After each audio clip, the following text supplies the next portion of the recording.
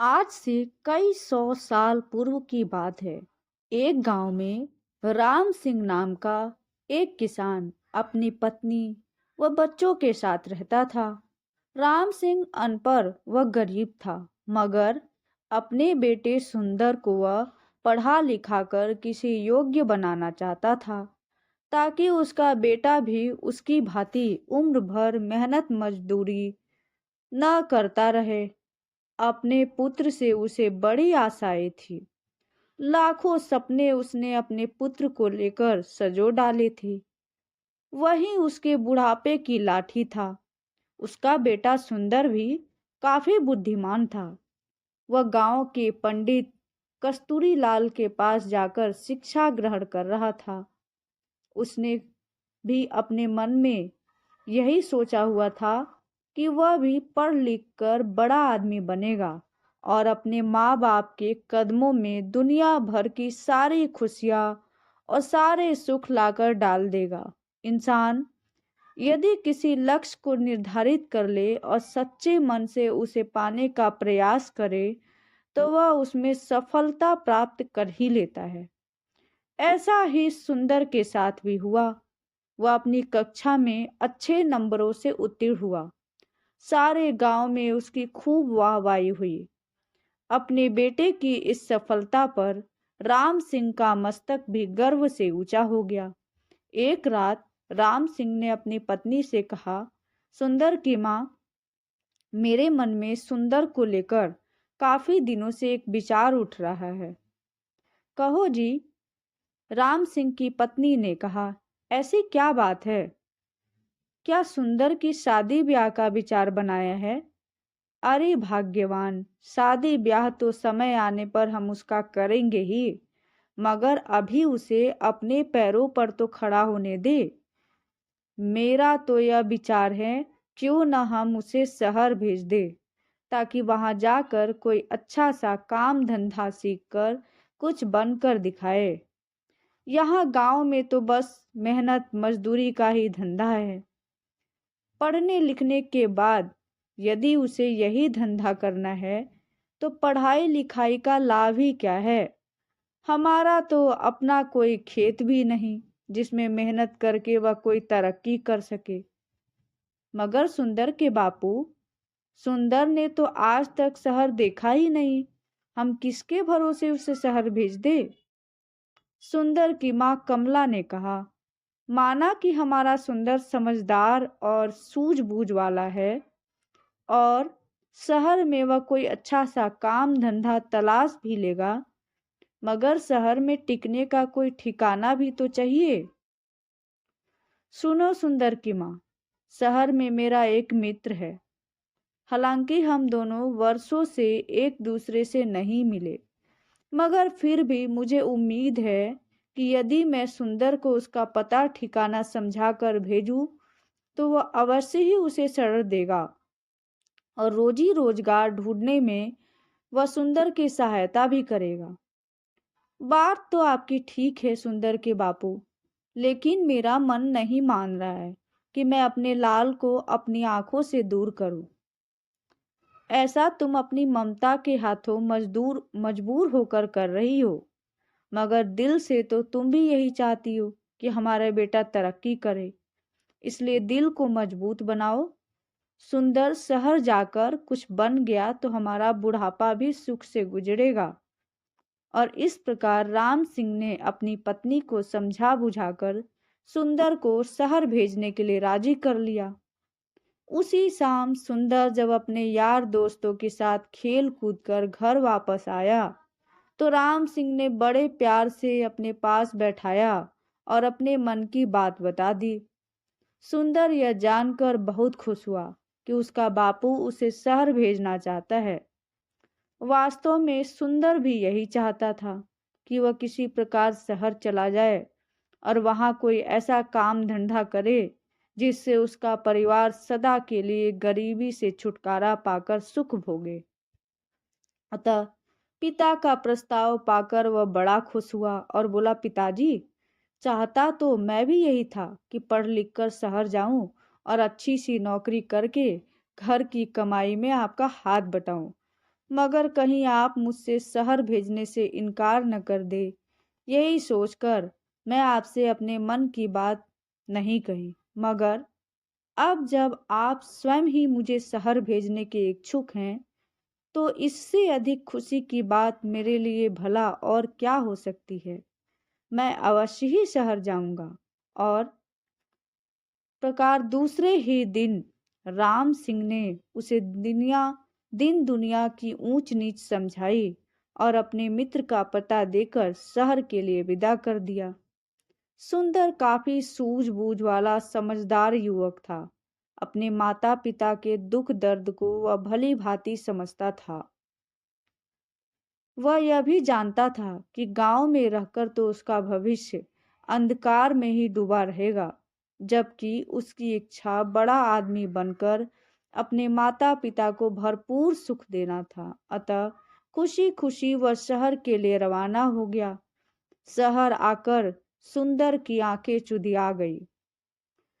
खूब भीड़ भड़ाका, सजी सवरी दुकानें, तांगे इक्कों का आवागमन। खैर, आश्चर्य से वह सब देखता सुंदर अपने पिता के कथित दोस्त से मिलने चल दिया। लेकिन जब वह पता के बताए स्थान पर पहुंचा, तो पता चला कि उसके पिता का दोस्त रामचंद्र तो न जाने कब का मर खप गया और अब तो उसके परिवार का भी कोई अता पता नहीं था। यह जानकर सुंदर बहुत निराश हुआ और सोचने लगा कि अब क्या होगा। आशा निराशा तो जीवन में चलती ही रहती है, लेकिन सुंदर उन युवकों में से नहीं था जो हताश होकर बैठ जाते हैं। उसमें हिम्मत और आत्मविश्वास कूट कूट कर भरा था। उसने अपने आप को दिलासा दिया और बोला, बेटे सुंदर, निराश होने से कुछ नहीं होगा। अब शहर आ ही गए हैं तो कुछ करके ही लौटेंगे। माँ और बापू ने मुझसे बड़ी उम्मीदें लगा रखी हैं। मैं ही उनके बुढ़ापे की लाठी हूँ। अब शहर आ ही गया हूँ तो कुछ बनकर ही लौटूंगा।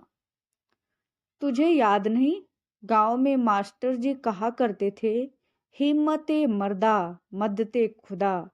यानी जो लोग हिम्मत करते हैं उनकी मदद खुद भगवान करते हैं।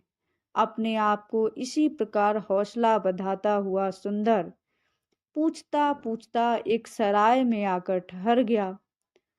उसने स्नान आदि से निर्वित होकर थोड़ा आराम किया, फिर किसी नौकरी की तलाश में निकल पड़ा। वहां जहां भी नौकरी मांगने जाता, दुकानदार उसके बातचीत करने के ढंग और उसकी सूझबूझ से प्रभावित तो होता, किंतु कोई जान पहचान न होने के कारण उसे नौकरी नहीं मिल पाती थी। इसी प्रकार कई दिन गुजर गए। सुंदर गांव से अपने साथ जो रुपया पैसा लेकर आया था, वह भी लगभग समाप्त होने को था। अब तो सचमुच सुंदर को चिंताओं ने आ घेरा। वह सोचने लगा कि काश शहर में उसकी कोई जानकारी होती तो अवश्य ही उसे कोई नौकरी मिल जाती। एक दिन की बात है, सुंदर थक हार कर एक पेड़ के नीचे बैठा मौजूदा स्थिति के विषय में सोच रहा था। उसे कुछ ही दूरी पर राज कर्मचारी पेड़ की ठंडी छांव में बैठे गपशप कर रहे थे। अनमना सा सुंदर उनकी बातें सुनने लगा। एक दूसरे से कह रहा था, कुछ भी कह भाई रामवीर, तू है बड़ा नसीब वाला। हम दोनों साथ साथ ही राज दरबार की सेवा में आए थे, मगर तू तरक्की करके राजा जी का खजांची बन गया और मैं रहा सिपाही का सिपाही। इसे कहते हैं तकदीर। तकदीर भी उन्हीं का साथ देती है गंगाराम, जो सूझबूझ और हिम्मत से काम लेते हैं। मैंने अपनी सूझबूझ से कुछ ऐसे काम किए कि महाराज का विश्वास पात्र बन गया और उन्होंने मेरी ईमानदारी देखकर मुझे खजांची बना दिया। ना ना भाई, तू जरूर किसी साधु या फकीर से कोई मंत्र वंत्र पढ़वा कर लाया होगा, जो इतनी जल्दी इतनी तरक्की कर ली, वरना मैं क्यों न किसी ऊंचे पद पर पहुंच गया। भैया, तू मुझे भी अपनी कामयाबी का राज बता। तेरे जैसे लोग इसी चक्कर में रहते हैं कि पकी पकाई मिल जाए और खा ले। अरे भाई मेरे, अगर इंसान में हिम्मत, हौसला, ईमानदारी, साहस और सूझबूझ हो तो वह पहाड़ को खोदकर नदी बहा दे। देख तू, वह मरा हुआ चूहा देख रहा है ना? रामवीर ने सड़क के किनारे पड़े एक मरे हुए चूहे की ओर इशारा किया। हाँ देख रहा हूं। आने जाने वाले लोग भी उसे देख रहे हैं और घृणा से थूक कर दूसरी ओर मुंह फेर कर निकल रहे हैं। रामवीर भाई, मैं तुझसे तेरी कामयाबी का रहस्य पूछ रहा था और तू मुझे मरा हुआ चूहा दिखा रहा है। ये क्या बात हुई? गंगाराम, मैं तुझे कामयाबी की बात ही बता रहा हूँ। सुन, लोग उस मरे हुए चूहे पर थूक कर जा रहे हैं, मगर कोई सूझबूझ वाला इंसान इस मरे हुए चूहे से भी 4 पैसे कमा लेगा। भैया मेरे, अकल का इस्तेमाल करने से ही इंसान कामयाबी हासिल करता है, जंतर मंतर से कुछ नहीं होता। मैं समझ गया भाई रामवीर। निराशा सा होकर गंगाराम बोला, तू मुझे अपनी कामयाबी का राज बताना ही नहीं चाहता। खैर, कभी तो मेरे भी दिन बदलेंगे। आप चलते हैं। इस प्रकार वो दोनों राज कर्मचारी उठकर चले गए। वो तो चले गए, मगर खजांची रामवीर की चूहे वाली बात ने सुंदर के दिमाग में खलबली सी मचा दी। उसके दिमाग में रामवीर की कही बात बार बार गूंज रही थी। लोग उस मरे हुए चूहे पर थूक थूक कर जा रहे हैं, मगर कोई सूझ वाला इंसान इस मरे हुए चूहे से भी 4 पैसे कमा लेगा। 4 पैसा कमा लेगा, 4 पैसा कमा लेगा।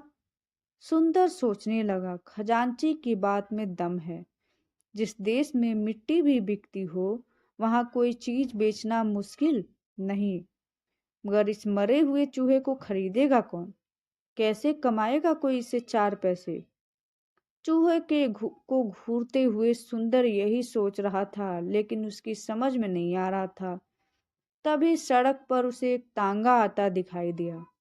तांगे में एक सेठ बैठा था, जिसने एक बिल्ली को अपनी गोद में दबोचा हुआ था।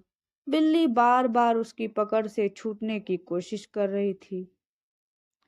अभी घोड़ा गाड़ी सुंदर के आगे से गुजरी ही थी कि बिल्ली सेठ की गोद से कूदी और सड़क के किनारे की झाड़ी में आ घुसी। अरे अरे तांगे वाले, तांगा रोको, मेरी बिल्ली कूद गई, सेठ चिल्लाया। तांगा रुका और सेठ उतरकर तेजी से झाड़ी की तरफ लपका। अरे भाई तांगे वाले, देखो, मेरी बिल्ली उस झाड़ी में जा घुसी है, उसे पकड़ने में मेरी मदद करो। सेठ झाड़ियों के पास जाकर बिल्ली को बुलाने लगा। आ आ पुशी, पुशी आओ। इसी बीच तांगे वाला और सुंदर सहित कुछ अन्य लोग भी वहां जमा हो गए। अरे भाई, मैं किसी खास प्रयोजन से इस बिल्ली को खरीद कर लाया हूं, कोई इसे बाहर निकालने में सहायता करो। सेठ बेताब होकर एकत्रित हो गए लोगों से गुहार कर रहा था, जबकि झाड़ी में घुसी बिल्ली पंजे झाड़ झाड़ कर गुर्रा रही थी। देख रही हो सेठ जी की बिल्ली किस प्रकार गुर्रा रही है? एक व्यक्ति बोला। हाथ आगे बढ़ाते ही झपट पड़ेगी। यह सब देखकर सुंदर के मस्तिष्क में राजा के खजांची की बात गूंज गई। कोई सूझबूझ वाला इंसान इस मरे हुए चूहे से भी 4 पैसे कमा लेगा। सुंदर के मस्तिष्क में धमाका सा हुआ और तुरंत उसके मस्तिष्क में एक युक्ति आ गई। वह सेठ से बोला, सेठ जी, अगर मैं आपकी बिल्ली को काबू करके दूं तो आप मुझे क्या देंगे? ऐ सेठ जी ने तुरंत सुंदर की ओर देखा और बोला, भाई तुम मेरी बिल्ली को काबू करके देगा तो मैं तुझे चांदी का एक सिक्का दूंगा। चांदी का सिक्का? सुंदर के मुंह में पानी भर आया। ठीक है, आप यहीं रुकिए, मैं अभी आपकी बिल्ली काबू करके आपको देता हूँ। कहकर सुंदर दौड़ा दौड़ा उसी दिशा में गया जिधर मरा हुआ चूहा पड़ा था। वाह बेटा सुंदर, बन गया काम।